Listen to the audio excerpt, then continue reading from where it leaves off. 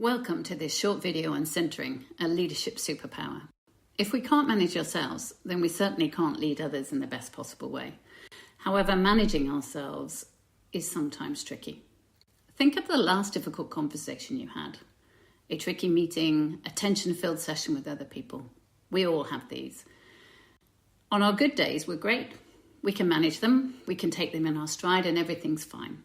Part of being human is that we do not always have great days and we get kicked off center, and as a result, we really don't respond in the best possible way.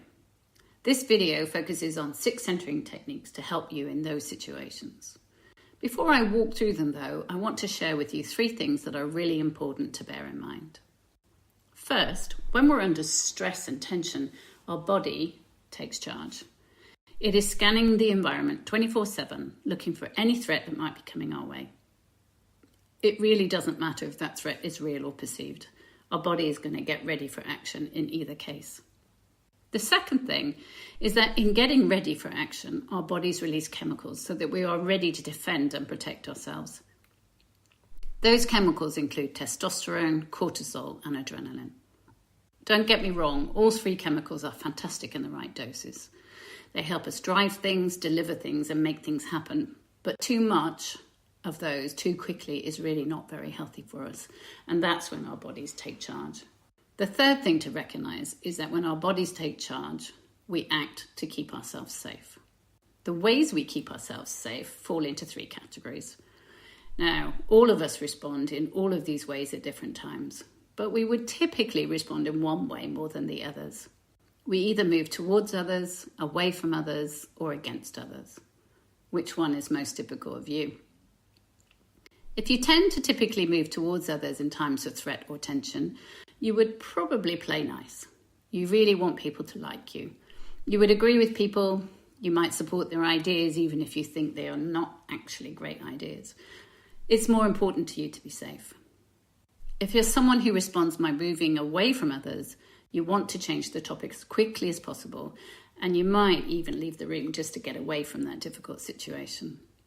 And if you're someone who typically moves against others, you're pretty likely to fight back.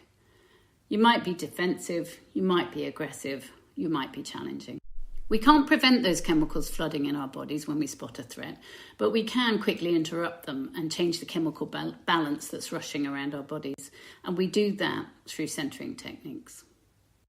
The first one, 3 breaths. All of us breathe, but most of us do not breathe particularly effectively, especially under stress and tension. The key here is to fill our lungs and bellies with air and then breathe out twice as long as you breathe in. It's helpful to count in for 3 and out for 6. This pushes a substance through your central nervous system that allows your whole system to calm down. And doing that 3 times gives your body a chance to rebalance. Number 2, another very simple technique, 3 shoulder scrunches. When we are under stress and pressure, we tend to wear our shoulders as earrings. They just rise up, we're not even aware of it, and they stay there. And that causes cortisol and adrenaline to rush around our bodies. This technique involves you raising your shoulders, holding your breath, and then releasing both at the same time. Do that 3 times, and again, that allows your body to readjust. Number 3, relax your jaw. We are physically built to keep our jaws slightly open, but many of us clench our jaws in difficult moments and sometimes actually for a long time after. In this technique, relax your jaw. Just release it slightly. You don't need to open your mouth, but do let your tongue relax in the bottom of your jaw. It's a really quick way to change the chemical balance in your body, and it's physically impossible to feel anxiety with your jaw relaxed. Number 4, something that makes you smile. What happens with a smile is the chemical system in your body changes as your adrenaline and cortisol is balanced out with the release of oxytocin, otherwise commonly known as the happy chemical. Peripheral vision is number 5. When we feel at threat, our pupils go pinpoint. They shut out anything other than the threat in front of us, and a really quick hack to change the chemicals in your body is just to open your vision wider. You don't need to move your head, you don't need to move your eyes. Just take in as much as you possibly can to the right and to the left without doing anything else. By doing that, your heart rate and blood pressure reduce, and it's pretty good for your immune system as well. Finally, Create your own gang. All of us have read about, come across, or know amazing people with qualities that we would really like to embody. Imagine those people around you, beside you, behind you, cheering you on, supporting you, there by your side. Or imagine taking on the quality that you so admire in them, in you. That changes the muscle groups in your body, allowing the chemical balance to change and a relaxation to happen. So there you go, 6 centering techniques you can use. My go-to favourites are relax your jaw and something that makes you smile. And I do those most days, both when I need them and when I don't. Something that makes you smile, the image that I go to for that is my daughter at the age of 3, dressed in Tigger pyjamas, carrying her Tigger animal and jumping around the kitchen floor. These will come to you much, much more easily if you practice them when you don't need them.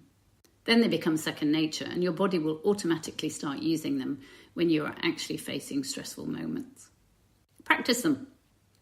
Take a couple of these, the ones that you fancy most, and practice them 8 to 10 times a day. They take no more than 20 seconds.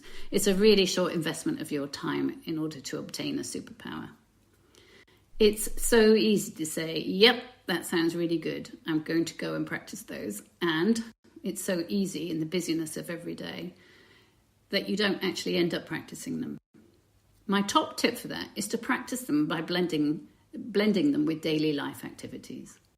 Making a cup of tea, walking through a door, sitting down to an all too familiar Zoom or Teams meeting, chopping vegetables, or whatever it is that you do on a regular basis in the day. Center at that point and it will become much easier to remember to do it. Also enjoy it.